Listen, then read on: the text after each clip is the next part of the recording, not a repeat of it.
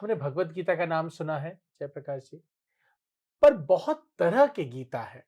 बहुत लोगों को ये पता नहीं होगा, उन्होंने ज़्यादातर भगवत गीता के नाम सुना है, पर बहुत तरह की गीता है, अनुगीता है, देवी गीता है वगैरह-वगैरह और अष्टवक्र गीता ऐसा है कि जैसे सोचो कोई आज तक का रिपोर्टर वहाँ पे एक माइक्रोफ़ोन लगा के छोड़ दिया। मुझे कल सवेरे फिर उठ के ऑफिस जाना है, उसमें ट्रैफिक में फँसना है, ऑफिस में जाके झगड़ा होना है वगैरह-वगैरह जो हमारे ज़िंदगी का उतार-चढ़ाव होता रहता है। कि जी मेरा अब तो इतने मीटर का गाड़ी हो गया है, पर अब इससे डबल साइज़ का गाड़ी कब होगा? मेरा कोठी इतना बड़ा हो गया, अब इसके डबल साइज़ का कब होगा? ये चलता रहता है, तो दिल्ली में तो है ही वगैरह-वगैरह। ऐसा इसका कोई अंत नहीं है। अष्टवक्र और जनक हमसे कहते हैं कि तुम मुक्ति नहीं पा सकते जब तक तुम नहीं समझ सकते कि ये तुम्हारा कोठी और बड़ा कोठी, बड़ा कोठी, बड़ा कोठी गाड़ी, बड़ा गाड़ी, एसयूवी से भी बड़ा गाड़ी वगैरह एंडलेस आपका जो खोज है कि मैं आज ये खरीदूंगा, कल ये करूंगा और इससे खरीदने वाली बात नहीं, ये बनने वाली बात में भी है। देखिए, दुनिया में ऐसे बहुत लोग हैं जो कभी अपनी नौकरी छोड़ नहीं सकते क्योंकि उनका आइडेंटिटी वो नौकरी हो गया है। अगर आप वो डेजिग्नेशन उनसे ले लो, तो वो बाकी कुछ नहीं रह जाएगा। Bhagavad Gita is like putting on a shawl, एक शॉल ओढ़ने जैसा है। आपको एक स्ट्रेंथ देता है, एक शक्ति देता है, आपको कंफर्टेड फीलिंग देता है। अष्टवक्र गीता एक हैमर ऑन द हेड है। एक हथौड़ा लेके आपको जो है आपके ऊपर सर में मारने जैसा है।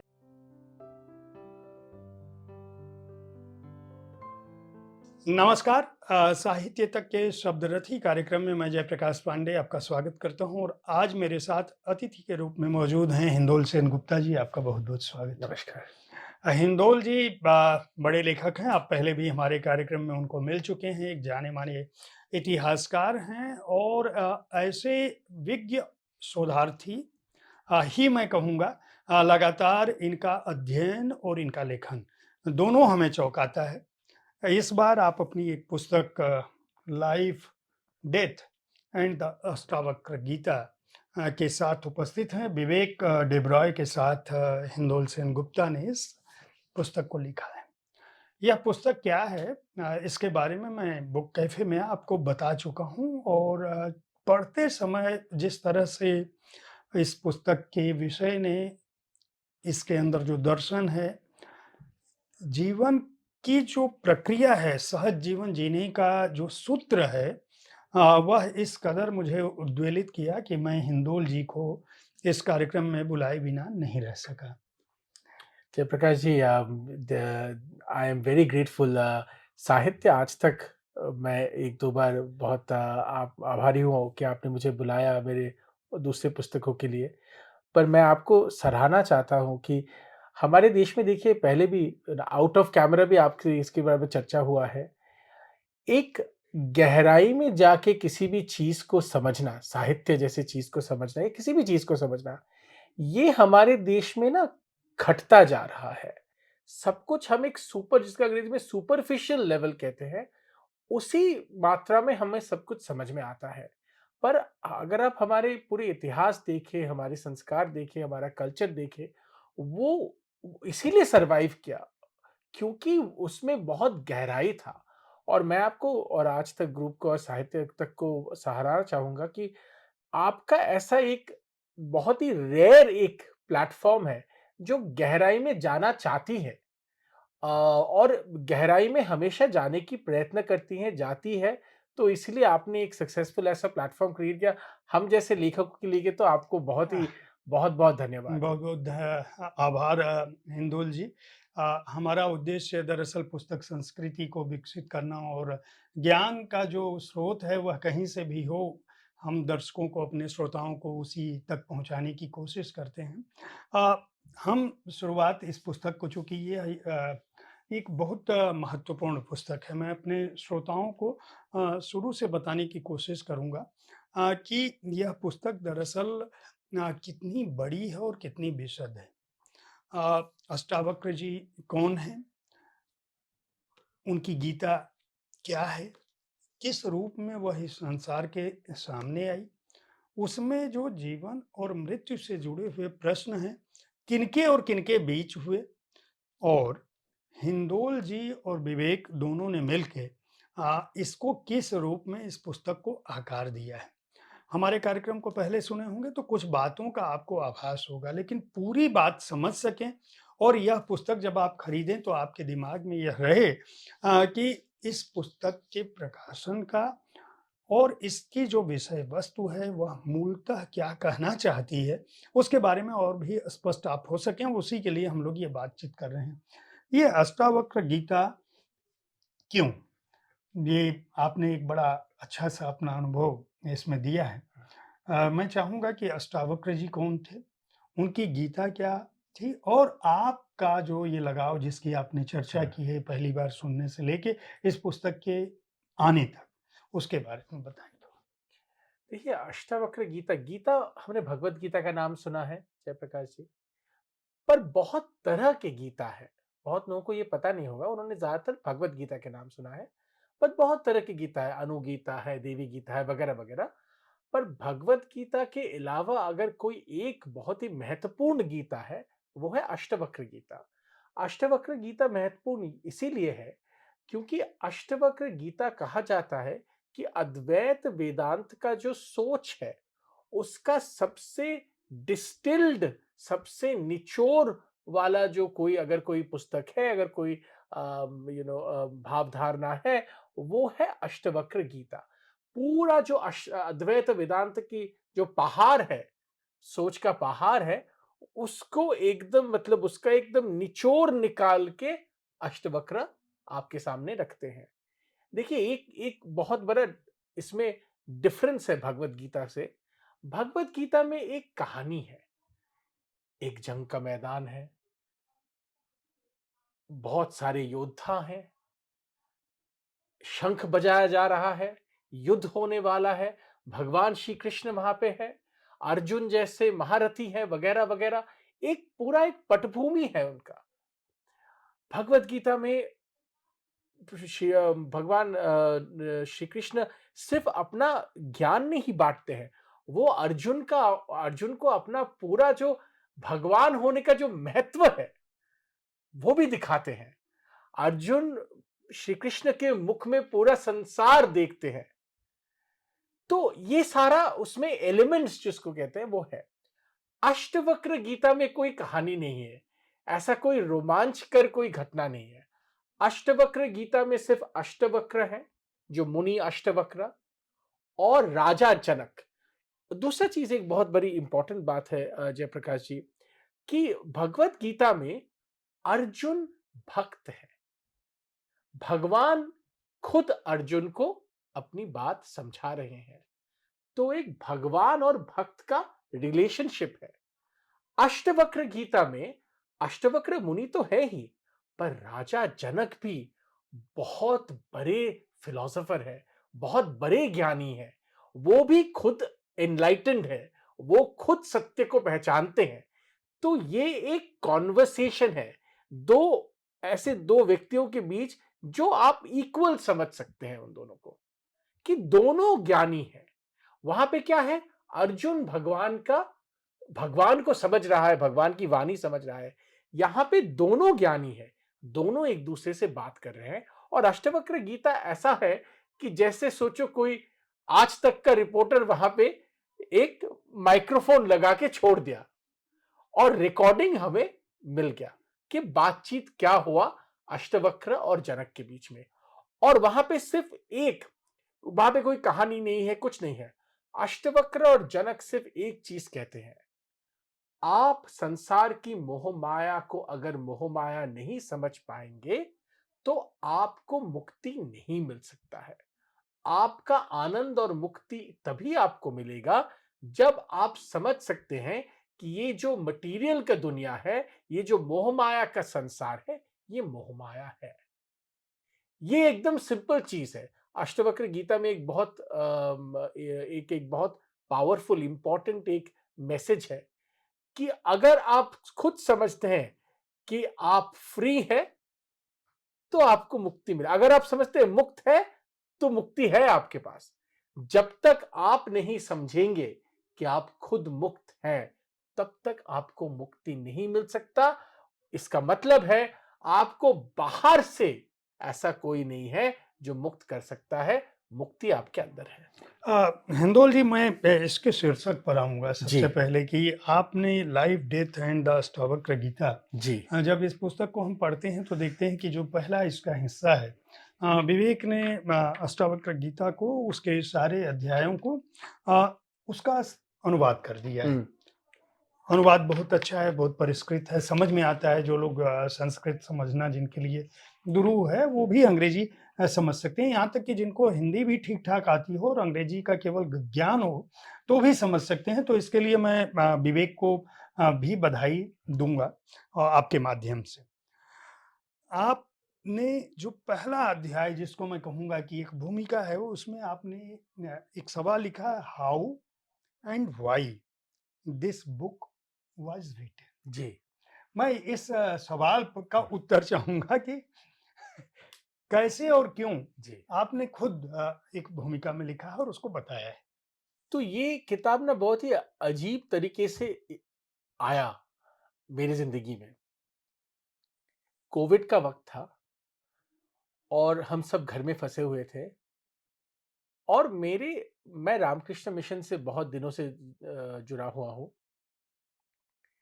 रामकृष्ण परमहंस ने नरेंद्रनाथ दत्ता को कहा था तुम अष्टवक्र गीता पढ़ो।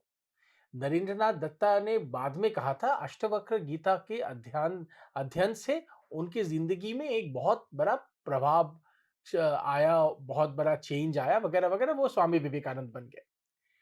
तो मैं उसको पढ़ने लगा अष्टवक्र गीता को। उसके बाद मेरी जिंदगी में ऐसी ऐसी घटना हुई जिससे मुझे ये लाइफ एंड डेथ, आपने जो प्रश्न पूछा था, उस पे मेरा बहुत बड़ा सवाल खड़ा हो गया। मेरे पिताजी बहुत बीमार पड़े, वो उनका एक्सीडेंट हुआ। उनको वो मतलब इतने बीमार आईसीयू में चले गए। अभी भी वो पैरालाइज्ड है। तो हमें लगा था कि मेरे पिताजी आईसीयू से नहीं वापस आएँगे, इस लेवल पे आ गया था बात। और मैं कहता हूँ हमेशा, शायद ये दुनिया में हर जगह सत्य है पर भारत में सत्य है ये, कोई भी बेटा तब तक सच में बड़ा नहीं होता जब तक वो अपने पिता का मृत्यु के सामने ना खड़ा हो। जब you don't become an adult, जैसे हम कहते हैं अंग्रेजी में, unless you face your own father's mortality. हमारे संस्कार में है और मेरे जिंदगी में वैसा हर चीज में लगता था पापा तो है, वो हो जाएगा। तो ये जब मैंने पहली बार आमने सामने में आया, तब मेरा पूरा जो जिंदगी को देखता था वो पूरा ढांचा ही मेरा हिल गया। और मैं लिखता हूँ विस्तार से क्या क्या उसमें। और उसमें मैंने बार बार अष्टवक्र गीता के तरफ मुड़ा मैं, कि उसमें लेसन्स, उसमें मुझे, मैं कुछ ढूंढ रहा था। तो इस दौरान मैंने लिखा ये किताब। उसके बाद विवेक देबरॉय जी से मेरा मुलाकात हुआ कहीं पे, और बहुत सारे दर्शकों को पता होगा, विवेक देबरॉय ऐसे एक व्यक्ति हैं जो अकेले ऐसे एक व्यक्ति हैं जिन्होंने अपनी ज़िंदगी काल में महाभारत और रामायण दोनों का ट्रांसलेशन किया संस्कृत से अंग्रेज़ी में। अभी वो एक के बाद एक सारे पुराण खत्म कर रहे हैं। तो मैंने उनसे कहा देखिए, मैंने तो ये लिखा है मेरी ज़िंदगी में क्या-क्या हुआ है और अष्टवक्र गीता का क्या इम्पैक्ट हुआ उसमें। पर अगर आप भी एक ट्रांसलेशन करते हैं अष्टवक्र गीता का, तो वो ओरिजिनल और मेरे ज़िंदगी में इसका प्रभाव, वो दोनों एक साथ हम एक पुस्तक में दे पाएँगे। मैं आपको एक चीज़ आपके परमिशन से बताना चाहूँगा जयप्रकाश जी। मैं बहुत जगह जाता हूँ, तो मैंने पहले भी शीला प्रभुपाद जी के बारे में जी, जी, लिखा आपने। है, स्वामी विवेकानंद जी के बारे में लिखा है। बहुत लोग मुझसे ये पूछते हैं कि चलो ठीक है, वो तो 500 1000 साल 200 साल पहले कुछ हुआ, वो तो साधु ऋषि थे, उन्होंने कुछ लिखा, उन्होंने कुछ व्याख्या किया। पर भैया देखो, मेरे जिंदगी से तो इसका कोई तालमेल है नहीं। मुझे कल सवेरे फिर उठ के ऑफिस जाना है, उसमें ट्रैफिक में फंसना है, ऑफिस में जाके झगड़ा होना है वगैरह वगैरह, जो हमारे जिंदगी का उतार चढ़ाव होता रहता है। तो ये तो बहुत अच्छी बात है कि ऋषि मुनि ये सब बोल के गए हैं, पर हमारे इसमें से कोई ताल्लुक नहीं है। मेरा कहना है कि अगर हम नहीं समझ पाए कि इस ज्ञान का तात्पर्य हमारे आज की ज़िंदगी से क्या है, सिर्फ़ ये ज्ञान है किसी को बता के कोई फ़ायदा नहीं होता है। उपनिषद बहुत बड़ी चीज़ है। शायद हम में से कोई भी पूरे उपनिषद को कभी नहीं समझ पाएँगे। पर अगर हम इतना समझ पाएँ कि उस ज्ञान का इम्पैक्ट हमारे आज की ज़िंदगी में क्या हो सकता है, हम थोड़ा उस रास्ते पे और अधिक चल पाएँगे ताकि हम उपनिषद को या अष्टवक्र गीता को या भगवद गीता को, जो भी हमारे ज्ञान का भंडार है, उसको हम ज़्यादा समझ पाएँ। तो मेरा एफर्ट और मेरा प्रोजेक्ट यही है इस किताब में कि अष्टवक्र गीता को हम अपनी ज़िंदगी से जोड़ के उसका निचोड़ को हम समझने की कोशिश करें कि वो हमारी ज़िंदगी में क्या प्रभाव डाल सकती है। ऐसा नहीं कि अष्टवक्र जरा कभी किसी बोल के गए थे ज्ञानी मुनि, चलो अब वो बोल के गए अच्छी बात है, उनको उनका ज्ञान मुबारक, ऐसी बात नहीं है। वो आज की ज़िंदगी से क्या ताल्लुक है? वो अगर ये जो कंटेम्पोराइज़ेशन अगर हम नहीं कर पाए, तो ये ज्ञान हमसे हमारे ज़िंदगी से बाहर ही रह जाएगा। उससे मुझे लगता है कुछ फ़ायदा नहीं होता है। इसीलिए आपने जो 20 अध्यायों में विवेक ने अष्टवक्र गीता का जो अनुवाद किया है और आपने अगले 10 अध्यायों में उनको पूरा करने की बात कही है, जो अपनी अ, तात्कालिक ज़िंदगी से संबंधित है। आपने यहाँ पे एक और चीज़ लिखा है कि how reading the Ashtavakra Gita changed my life. हुँ, आपने ये बताया कि उसने आपके जीवन पर बहुत सारा प्रभाव डाला। हुँ, अब आप अलग-अलग अध्यायों में, हुँ, 10 अध्यायों में इस बात को हुँ। डिस्क्राइब करते हैं और ये बताते हैं कि जब मैं इस स्थिति में था, तो ये था और अष्टवक्र गीता के इस श्लोक का ये अर्थ है जो इस रूप में मेरे जीवन में उतरा। जी, मैं चाहूँगा कुछ घटनाएँ, पूरी जी, तो नहीं, मैं चाहूँगा हमारे दर्शक इस पुस्तक को खरीद कर पढ़ें, यह संवाद इसीलिए है। साथ में आपसे ये भी अनुरोध करूँगा कि इस तरह की जो महत्वपूर्ण पुस्तकें हैं, वो भारतीय भाषाओं में भी आएँ, जी। तो ताकि अधिक से अधिक लोगों तक पहुँच सकें। ख़ासकर विशेषकर मेरा अनुरोध हिंदी में है, हुँ, बंगाल में बांग्ला में भी होना जी, चाहिए। जी, ये ऐसी चीज़ें हैं कि हमारे जो ज्ञान है वो जितनी भाषाओं में जितना अधिक लोगों तक पहुँचे तो अच्छी बात है। लेकिन फ़िलहाल हुँ, अंग्रेजी की पुस्तक हमारे सामने है और लोग इसकी तरफ और भी अधिक प्रेरित हो सकें, उसके लिए मैं चाहूँगा कि 2-3 उद्धरण आप बताएँ जो जी, आपने अध्याय 10 लिखे हैं। जी, जी। तो मैं एक आपको उदाहरण देना जी, चाहूँगा। अष्टवक्र गीता में एक चीज़ बताया जाता है जो जो लोग पढ़ते हैं अष्टवक्र गीता उनके उनके वो जानते हैं और काफ़ी फ़ेमस है। साँप और रस्सी। साँप और रस्सी क्या है? अष्टवक्र गीता में कहते हैं कि आप जो-जो चीज़ें हैं आपकी ज़िंदगी में, जो आप सोचते हो आपके लिए बहुत महत्वपूर्ण है, जैसे कोई साँप अगर सामने आ जाता है तो आप एकदम अचंभित हो जाते हो कि नहीं-नहीं अब साँप आ गया, अब तो कुछ करना पड़ेगा। वो एक्चुअली सिर्फ़ रस्सी है। तात्पर्य क्या है? कि हम अपने ज़िंदगी में जो-जो चीज़ को लेके हमेशा परेशान होते रहते हैं कि अच्छा दिल्ली हम दिल्ली में रहे तो दिल्ली का एक छोटा-सा उदाहरण दूँगा कि जी मेरा अब तो इतने मीटर का गाड़ी हो गया है, पर अब इससे डबल साइज़ का गाड़ी कब होगा? मेरा कोठी इतना बड़ा हो गया, अब इसके डबल साइज़ का कब होगा? ये चलता रहता है, तो दिल्ली में तो है ही वगैरह-वगैरह। ऐसा इसका कोई अंत नहीं है। अष्टवक्र और जनक हमसे कहते हैं कि तुम मुक्ति नहीं पा सकते, जब तक तुम नहीं समझ सकते कि ये तुम्हारा कोठी और बड़ा कोठी, बड़ा कोठी, बड़ा कोठी गाड़ी, बड़ा गाड़ी, एसयूवी से भी बड़ा गाड़ी वगैरह, ये जो एंडलेस आपका जो डिज़ायर है, एंडलेस आपका जो खोज है कि मैं आज ये खरीदूँगा, कल ये करूँगा और इसमें खरीदने वाली बात नहीं, ये बनने वाली बात में भी है देखिए। मैं आपको एक उदाहरण देता हूँ। इसकी किताब लिखने के बाद मेरे एक चर्चा हुआ, एक टीवी के मेरे मित्र हैं, टीवी में बहुत सीनियर न्यूज़ टीवी में ही काम करते हैं, सीनियर व्यक्ति हैं। तो मैंने उनसे कहा उन्होंने मुझे कहा कि आप निचोड़ क्या समझते हो? मैं यहाँ बैठा हूँ तो ये अच्छा उदाहरण है मुझे लगता है। तो मैंने उनसे कहा देखो, आप इतने सीनियर पोज़ीशन में हो न्यूज़ टीवी में, पर आपका ये नौकरी आपका आइडेंटिटी है क्या? क्योंकि ऐसे दुनिया में ऐसे बहुत लोग हैं, जो कभी अपनी नौकरी छोड़ नहीं सकते क्योंकि उनका आइडेंटिटी वो नौकरी हो गया है। अगर आप वो डेज़िग्नेशन उनसे ले लो, तो वो बाकी कुछ नहीं रह जाएगा। अगर ये हो गया है आपके साथ, तो आप जो रस्सी है उसको आप सांप समझ रहे हो। तो ये रस्सी और सांप का बड़ा इंपॉर्टेंट मामला है और मैंने खुद की जिंदगी में आप सोचिए, मेरा काम है इतिहासकार के नाते, लेखक के नाते लिखना। हर शब्द, हर किताब, हर पन्ने पे जो भी मेरा काम है दिखाना। पर अगर मैं उसमें इसमें उलझ जाऊं कि अच्छा, अब मुझे कौन से अवार्ड नहीं मिला, अच्छा मेरे मेरे साथ जो लेखक हैं, उनको कितना एडवांस मिल रहा है और मुझे कितना एडवांस मिल रहा है, क्यों मुझे इस लेखक के ज्यादा नहीं एडवांस मिल रहा है, उसमें अगर मैं उलझ गया और फंस गया, तो मेरा आइडेंटिटी बन गया वो। कल अगर भगवान ना करे, पर कल अगर अगर मेरा लिखने का जो क्षमता है वो चला जाए, मेरे पास कुछ और बचेगा नहीं।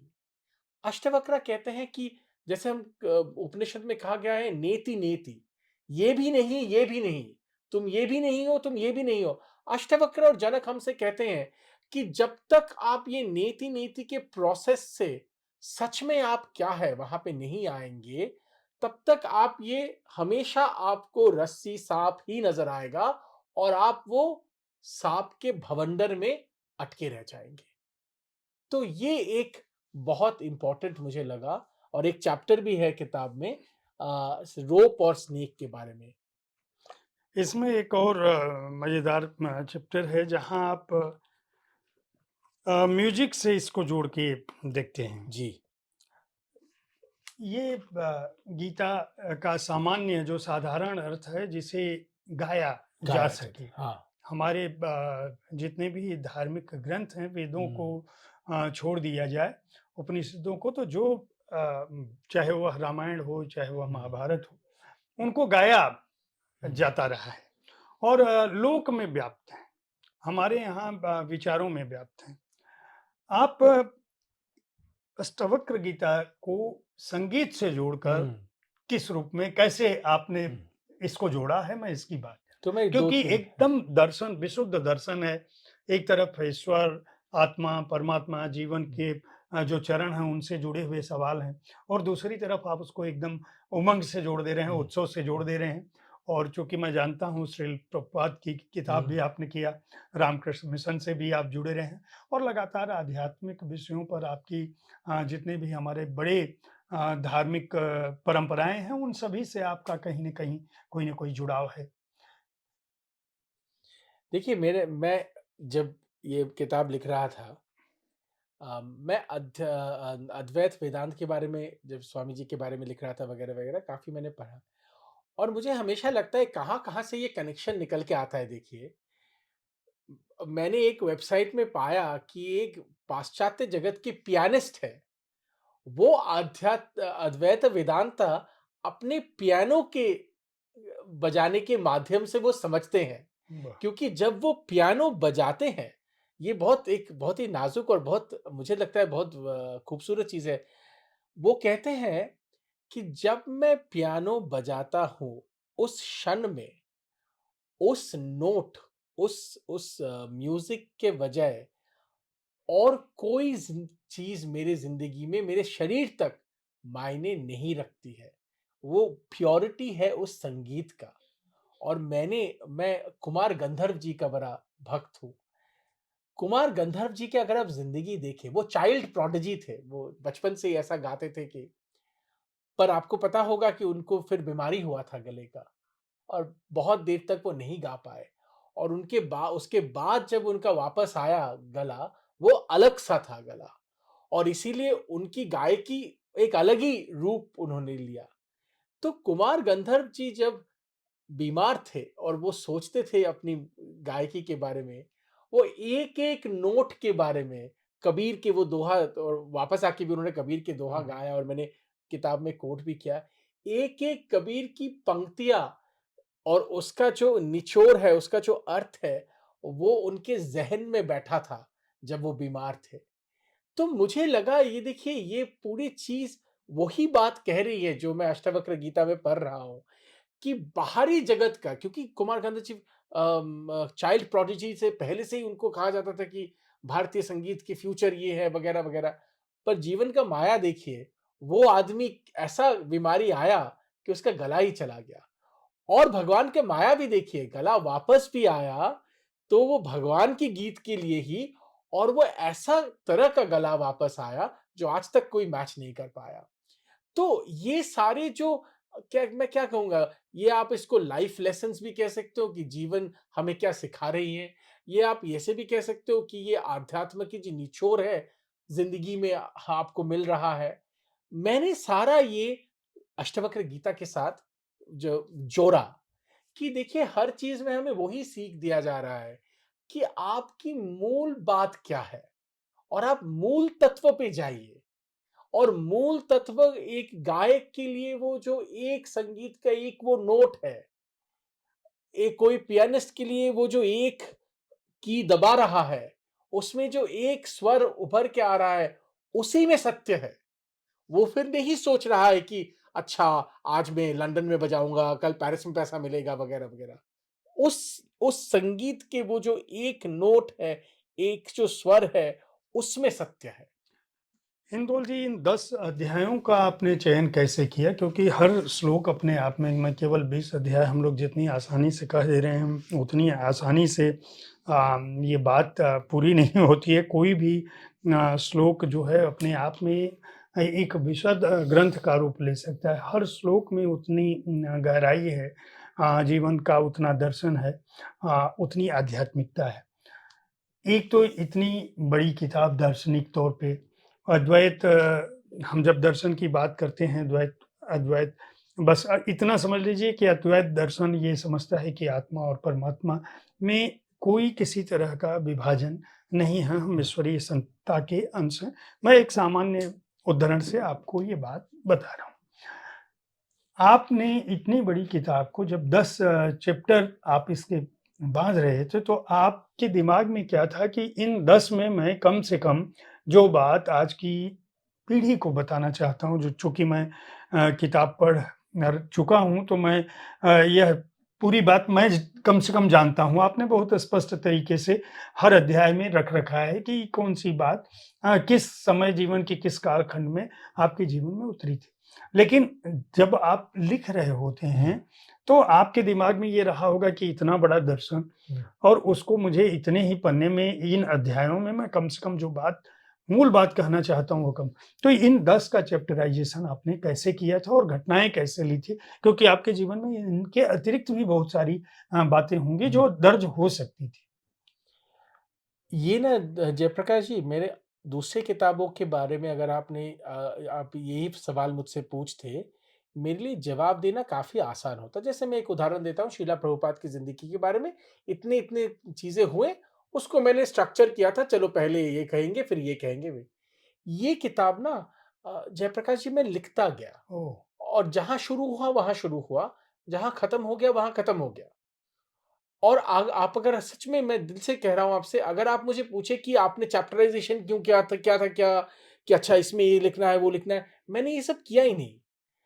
मैं एक पता नहीं कैसे धुंध में लिखता गया और जहाँ खत्म हो गया मैंने छोड़ दिया। इसीलिए हर चैप्टर अपने आप में इंडिपेंडेंट है। हाँ, मैं इसीलिए पूछा ये सवाल एग्ज़ैक्टली कि इनमें कनेक्ट ऐसा नहीं है कि कोई प्रवाह है कि आज आप किसी जीवन की घटना से शुरू कर नहीं, रहे हैं बचपन से और अभी तक उसको नहीं, समाप्त कर नहीं। रहे हैं। और ऐसा ऐसे कई बार हुआ इस किताब में कि मैं एक दिन पहले मैंने किताब जब लिखते हैं क्या होता है कि आप सोचते हैं ठीक है आज मैं चैप्टर 3 में ये मुझे बोलना है, मैं आज शुरू करूँगा 2-3 दिन में, 4 दिन में, हफ्ते भर में खत्म कर दूँगा।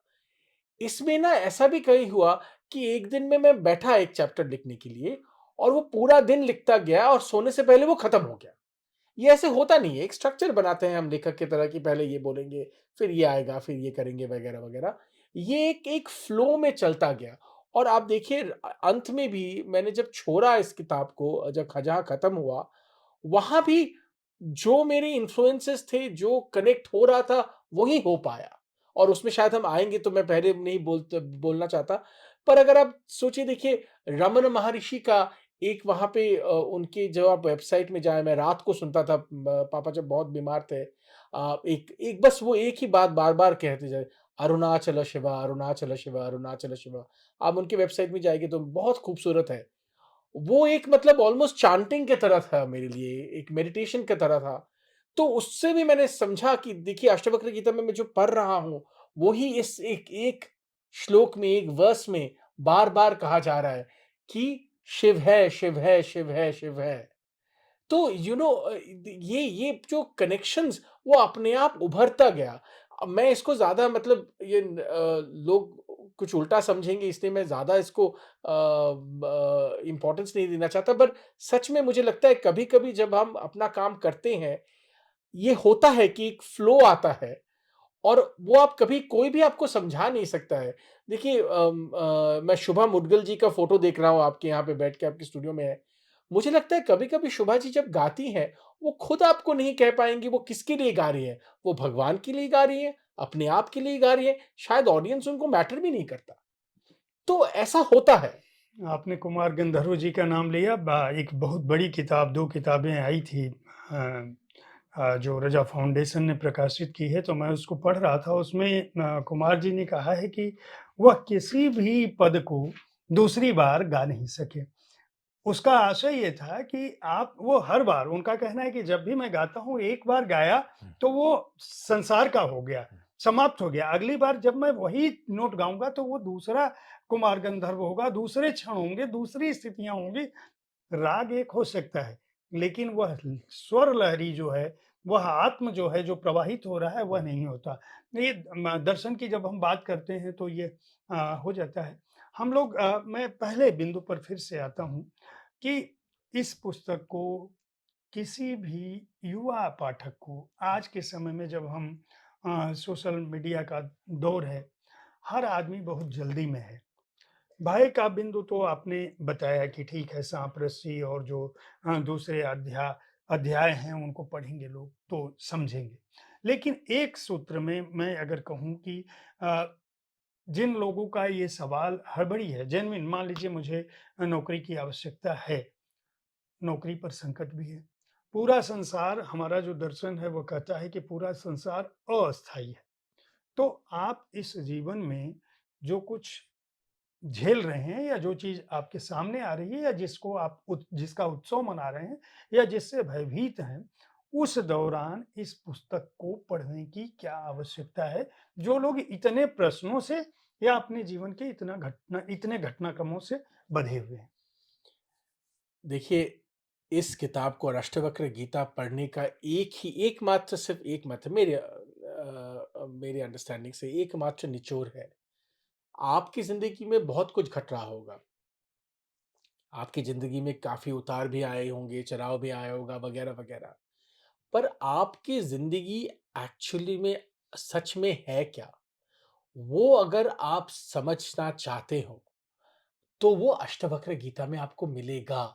वो आपको मेरे एक दोस्त कहते हैं Ashtavakra Gita Bhagavad Gita is like putting on a shawl एक शॉल ओढ़ने जैसा है। आपको एक स्ट्रेंथ देता है, एक शक्ति देता है, आपको कम्फर्टेड फीलिंग देता है। अष्टवक्र गीता एक हैमर ऑन द हेड है। एक हथौड़ा लेके आपको जो है आपके ऊपर सर में मारने जैसा है। क्योंकि वो एकदम सीधा बता रहे हैं कि आप जो भी ये भवंडर में फँसे हुए हो, इसका कोई आपकी ज़िंदगी के निचोड़ के साथ, आपकी ज़िंदगी के मूल अर्थ के साथ कोई कनेक्शन नहीं है।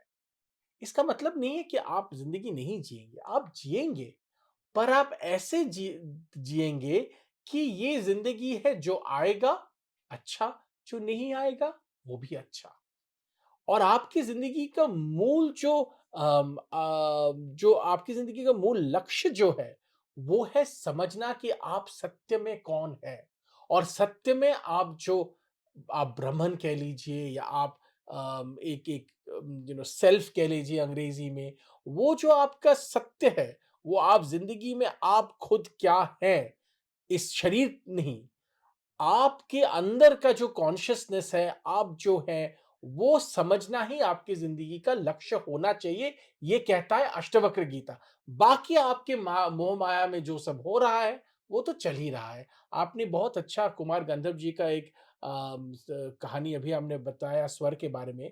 देखिए, जापानीज़ ज़ेन जो अद्वैत वेदांत से काफ़ी मिलता है, काफ़ी सोच है, दर्शन। दार्शनिक तरह से मिलता है। वहाँ कहा जाता है कि you can never cross the same river twice. एक नदी को आप 2 बार कभी भी पार नहीं कर सकते। क्यों? क्योंकि वो वही नदी नहीं होता है और आप वही आप नहीं होते हैं। तो ये एक, और अगर मैं ये सोचूँ, ये अष्टवक्र गीता का एकदम निचोड़ है कि ये, और मैंने लिखा भी है, एक चैप्टर में मैंने ज़ेन के बारे में लिखा है, बाशो करके बहुत बड़े कवि हैं जापान में। तो ज़ेन के अगर आप देखें तो वो कहते हैं कि जब किसी को भगवान प्राप्त हो जाता है, एनलाइटनमेंट जिसको कहते हैं, तो वहाँ कहा जाता है कि पहले भी मैं काट-काट रहा था, पानी भर रहा था, जब भगवान प्राप्त हो गया फिर भी मैं काट-काट रहा हूँ, पानी भर रहा हूँ। मतलब क्या है कि ये तो आपकी रोज़मर्रा की ज़िंदगी के काम है। आपका शरीर है, आपको करना है। पर ये आपकी ज़िंदगी के लक्ष्य नहीं है। ये आपका ज़िंदगी का उद्देश्य नहीं है। और अष्टवक्र गीता कहता है, अष्टवक्र और जनक हमसे कहते हैं कि ज़िंदगी का एकमात्र लक्ष्य है मुक्ति। और मुक्ति कैसे मिलेगा? खुशी और मुक्ति।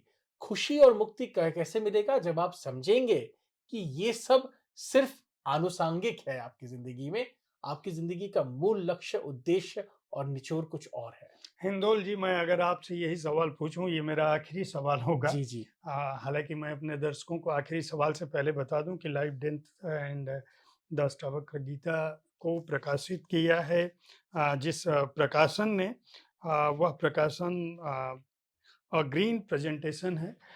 यह पुस्तक अमेज़न और दूसरे भी माध्यमों पर उपलब्ध है। चर्चा मैं कर चुका हूँ।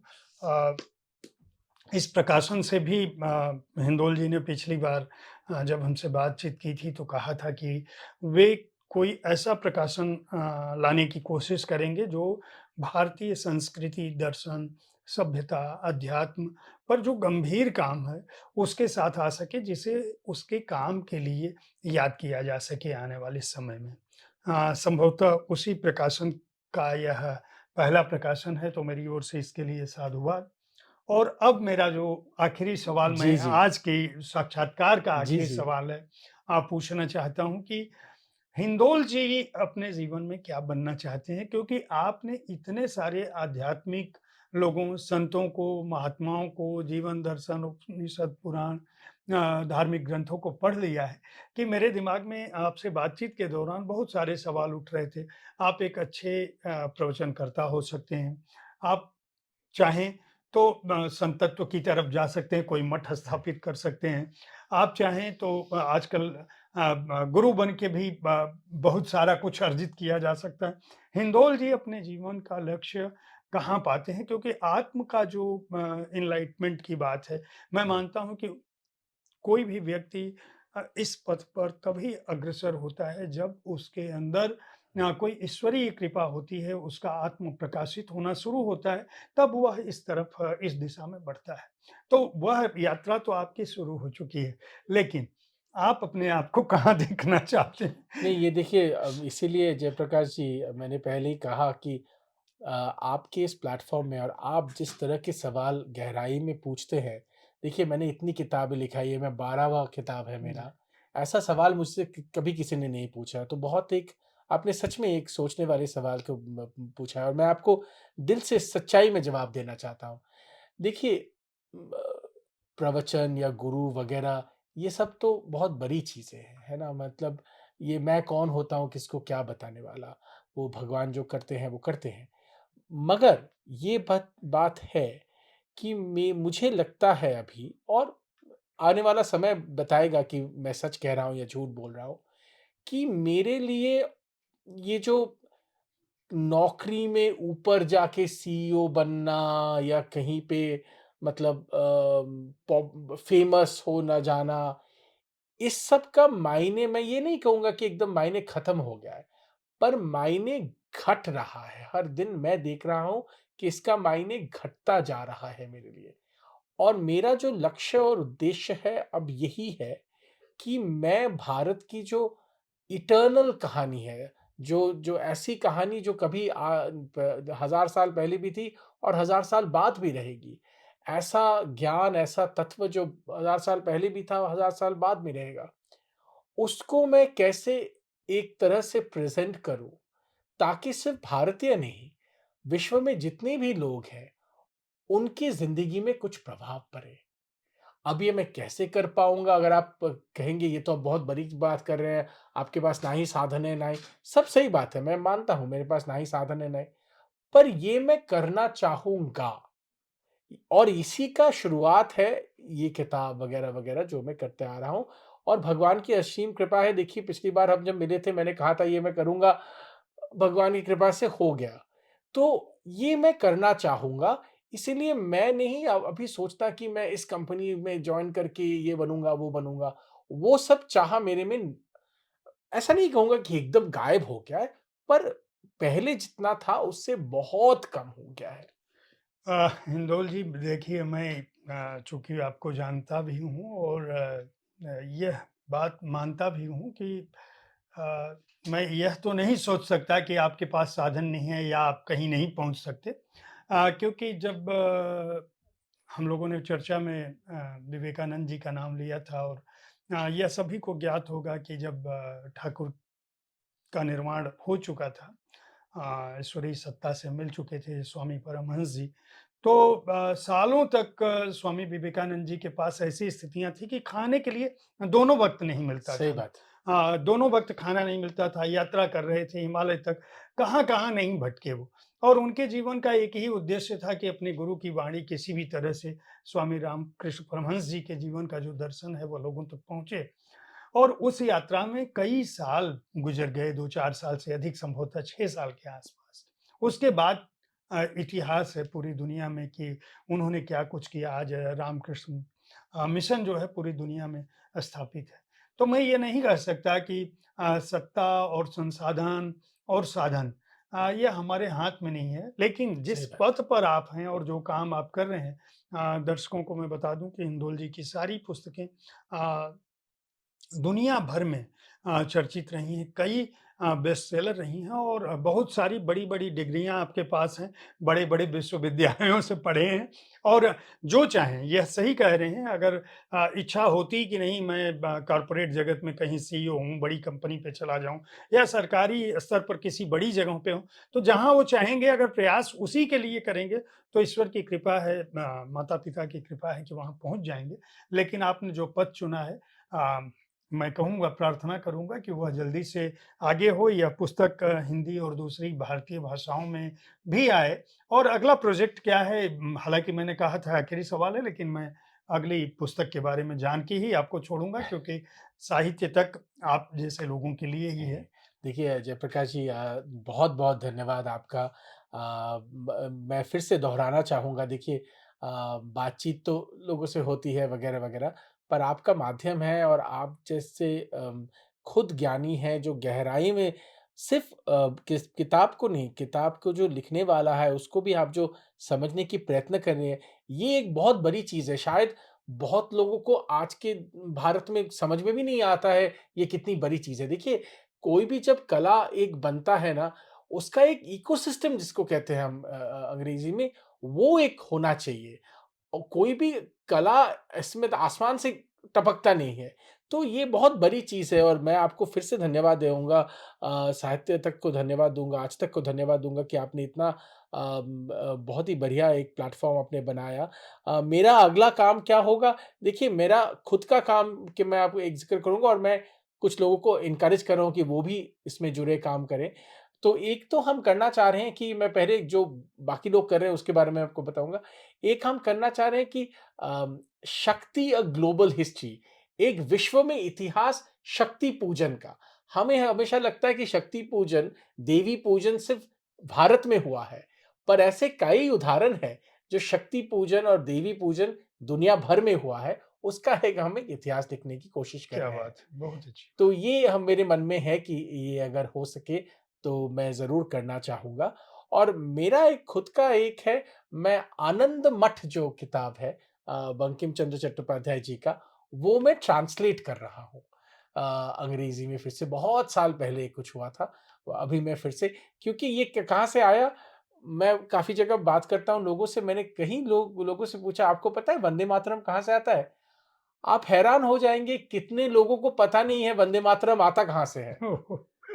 तो मुझे बहुत दुःख हुआ उस बात पे, बल्कि बताइए हम ऐसे देश में रहते हैं, हमारा राष्ट्रगान कहाँ से आता है, वो ही किसी को पता नहीं है।